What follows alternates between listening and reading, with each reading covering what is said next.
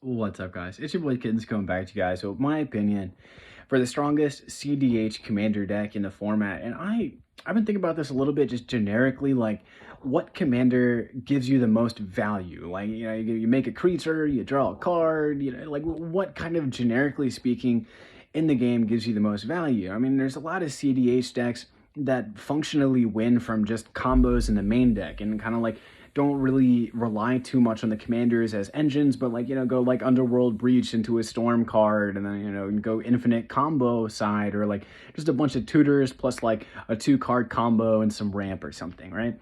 So from looking around, my personal opinion on it is going to be Lier, Disciple of the Drowned. And this might be an interesting one for a lot of people, but I feel like Lier has a lot of things going for it that you can actively say that kind of, in theory, on paper, makes it a really strong commander. And, the realistic thing here that I'm really going to be pointing out a bunch of things is really just that it lets you copy the instants and sorceries in your graveyard, kind of giving you double duty for a bunch of your cards. And that really just, it means a lot of things. Like, sure, like spells can't be countered. That can be a downside too, and we'll kind of break into talking about that. But the real thing for, doubling your instants and sorceries is kind of like multiple things. So for draw, let's say, for example, first off, your draw is going to be better than your opponent's. You have a brainstorm and a ponder. Your opponent has a brainstorm and a ponder. Well, you can brainstorm twice, so you're going to draw 6 cards, put a couple cards on top, and then the ponder lets you draw, twice again, and then scrying as well, or, looking, I think ponder is like looking at the top 3 and then like choosing to shuffle and then you draw. But like, so realistically, like all the draw that you have is going to be better as you go through. You just have multiple of those cards. Another interesting thing that's probably the most significant is your removal is going to count for more. You have 2 pieces of removal, your opponent has 2 pieces of removal. You're going to, honestly expect to cast those in the graveyard again. So you realistically have 4 pieces, and that's pretty significant in itself, as well as blue having a number of just 1 mana, not very cost intensive, just return target creature, and then a whole slew of 2 mana return target permanent. And there's a few like 1 mana return target permanents, but realistically, there's like 30, 40 of them or something. So you just have this whole suite of removal spells that you can use in your deck. And in a Lier deck, you can honestly run more removal spells than other decks, just because you can use them as a valid strategy of just interrupting the board until you can get to a point where you're taking extra turns or something like that and try to win non-interactively.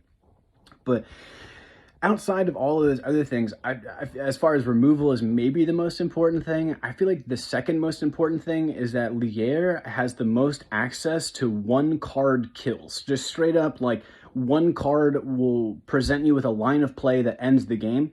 And a funny thing is that a single tutor can present a line of play at almost every single blue tutor can present a line of play where you win the game, where if you're, going for probably extra turn spells, that's probably the strongest way to go for Lier.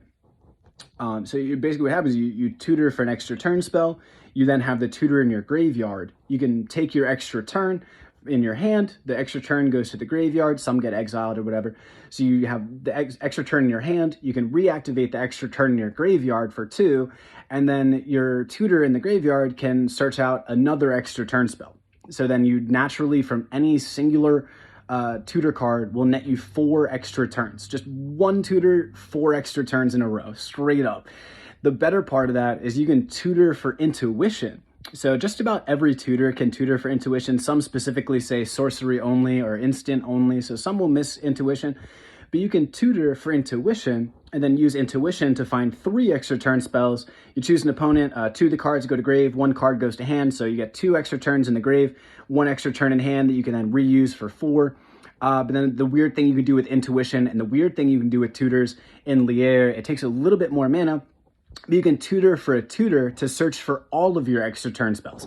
So instead of just using the 1 tutor to find 4 extra turns, you can use a singular tutor to find all of them. So you go tutor for extra turn spell, and then you reuse the extra turns, the first one you find for 2, and then the tutor in your graveyard you use to find another tutor. So then the next tutor then finds an extra turn spell, and then you then tutor again in the graveyard to find another tutor, and yada, yada, yada, take all the extra turns that you have access to in your deck. And that should be enough to just end the game. Realistically, what that means is that Lier has the highest percentage of opening hands that just say, I win the game. Like you just open the hand, you look at it and you go, this is how much ramp I have, this is how fast I can play these permanents, and this is the turn that I expect to win. Like you can legitimately in the Lier deck have, maybe, I don't want to throw out like an arbitrary percentage, but let's say Lier should have the highest percentage of opening hands. So let's just say 80%. And then every other deck is rocking around with like 60 to 50 to 40%. That's a substantial difference out of like 10 to 20 games back to back with the same deck, where you realistically, almost twice as often are going to have just a straight up, I have one card that ends the game. Now there's a bunch of cards and strategies individually that we can talk about. I feel like there's a couple where, Lier is the best high tide deck. So like high tide combos and storm combos. First off, Lier can activate high tide more than once naturally. Just has the effect tacked onto it to activate it more than once inside of the same turn.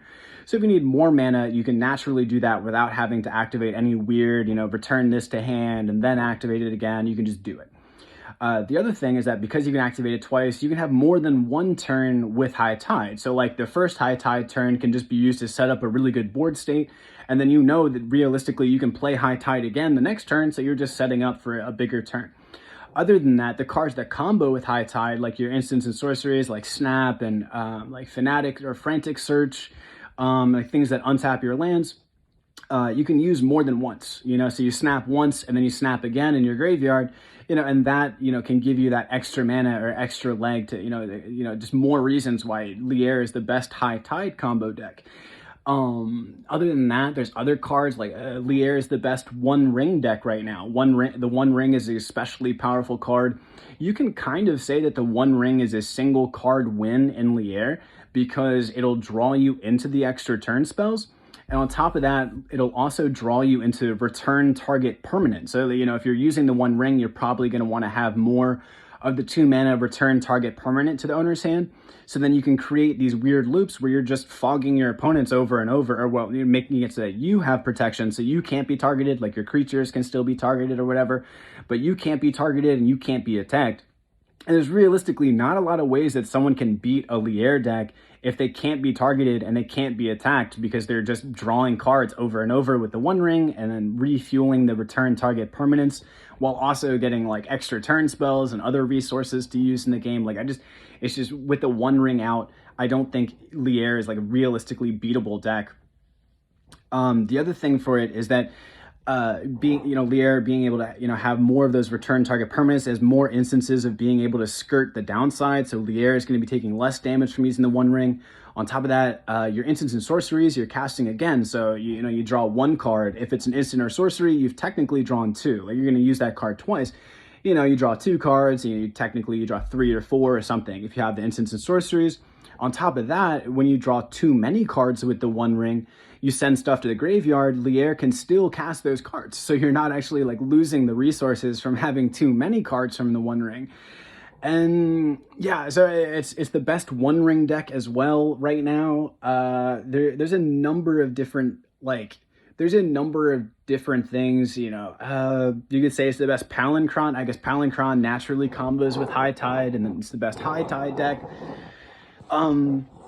Now, okay, so this is some weird sides. As much as me saying that Lier is awesome, you get all this advantage, your removal's better than your opponent's, your draw is better, you have all these one card, win combos and things like that. All of those things are reasons that your opponents will just spot remove it. Like all of those things that make Lier really good also just make Lier a high value target. Like the same reason that people kill a Kinnan on board the second that it comes out is, when Kinnan comes out, the mana rocks become better. And the opponent will be like, oh, you have a free Soul Ring. Like, I have 2 rocks, you have 2 rocks, but because Kinnan's out, you're tapping for 1 extra for each. So you have like a free Soul Ring, so you got to remove that Kinnan. The fact of the matter is that Lier is definitely a kill on spot commander. And the other side of that, the kind of the worst side of that, is that because like there's some weird interactions that happen with Lier tables where you can be forced to use your removal over someone else's because your removal is visible to the table. Someone can literally pass priority on you And the other side of that is like things can't be countered. So let's go over this first. Like, first off, like someone can see that you have a way to stop someone ending the game. The other person also has removal. They go, well, I'm just not going to use mine, pass priority around the table, and force the Lier player to use the removal over and over because I know they have it. You know, like literally, like that's a realistic situation that can happen. One of the other realistic situations that can happen is because no one can counter spells, there's a number of different interactions that like you just kind of can't stop. Like with the removal spells that Lier uses, just generically bouncing them back to hand, there's a bunch of just you can't really do anything about it effects, like a Dockside Extortionist. You know, the Dockside comes down, you know, they're still going to get a bunch of treasures. You don't want them to bounce the stuff back. Not Underworld Visions or something, the red enchantment that lets you play stuff from your graveyard and whatever. Like, they can play that red enchantment to try to start winning the game. The only way that you can respond to it is by waiting for them to cast the first thing. So like they get their enchantment out, they cast something from graveyard, and then you can bounce the enchantment. So they get some value from it, and they just get the enchantment back to their hand, so that they get a free card from it, and then so there's a handful of different combos that it really just doesn't stop. I mean, there's like Orcish Bowmasters is a specifically good card. You're going to be using a lot of draw in Lier, and then you're going to be returning the Orcish Bowmasters to hand, which just allows the person to play it again, ping something again, grow their token again. So there's a number of cards that are like realistically difficult for it. I feel like the most difficult thing for a Lier deck is probably people passing priority on you because they know that you have removal in your graveyard and just actively force the Lier player to use the removal that they have. But I feel like the upsides for the deck, like the amount of value that you get, is worth it. Like just the fact that it has the highest percentage of single I win the card or win the game cards, I think is enough to make Lier a playable deck and competitive. But the funny thing is, I just don't see a lot of Lier. Like, I looked around a little bit and I saw like there was like one deck made like 2 years ago. Maybe I should have looked around a little more, but it doesn't seem like he's really that actively played in the format. So for me, this is like theory of just like who is the best, like what commander gives you the most value. So I hope you guys have enjoyed the video, and it's been your boy Kids. Oh, I guess I should also, I don't know.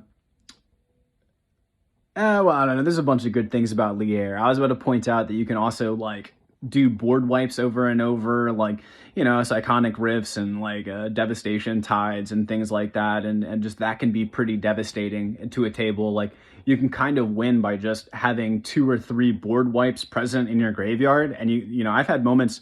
I have a Lier deck that's like not that powerful. And there's a couple of moments where people look at like 2 or 3 board wipes that are present. They just look at you and just go like, so you're going to do that for the next 3 turns? And they just scoop.